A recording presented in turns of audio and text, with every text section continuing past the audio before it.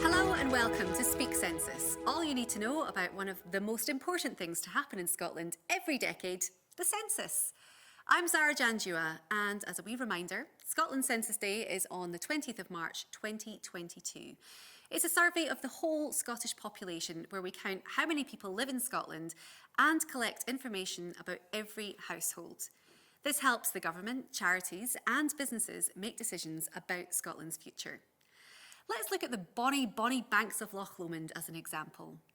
You take the high road and I'll take the low road. The Loch Lomond and Trossachs National Park is home to Munros, that's a really big hill, majestic wildlife and the largest loch by surface area in the UK, Loch Lomond itself. Some of you may have even been there before. In 2002, the Scottish Parliament made it a protected conservation area to make sure that the park is looked after now and in the future so we can all enjoy it. We spoke to Ali Kush to find out more. Hi Ali, thanks for chatting to us today. Can you tell us, where do you work and what do you do? Hi, I am Ali Kush and I'm the Education and Inclusion Advisor at Loch Lomond and the Trossachs National Park Authority. My job is to ensure everybody can come out and enjoy and learn about the National Park.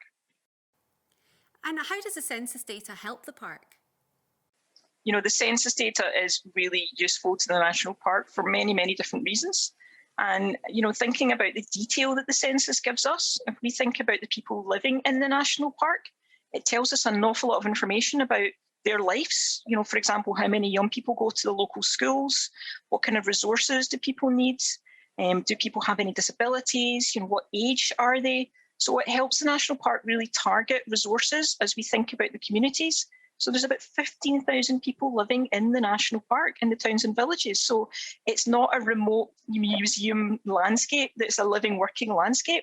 So it helps teams in the National Park, for example, our planning teams, think about the things like the local development plan, so we can help communities really improve the local areas for them for the future. Can you tell us about the work you're doing getting the local community involved with the park? Yeah, absolutely. So when we work with communities, what we look at doing is helping them with local place plans. So that's about information gathering, finding out what they like about their area and things that they maybe want to improve. And actually hearing from young people as well is really important.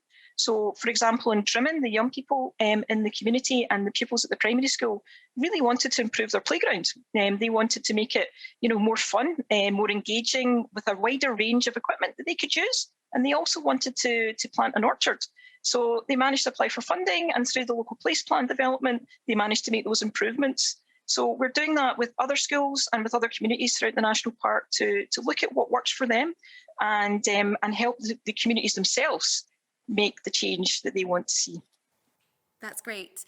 Now, Ali, is there a Loch Lomond monster?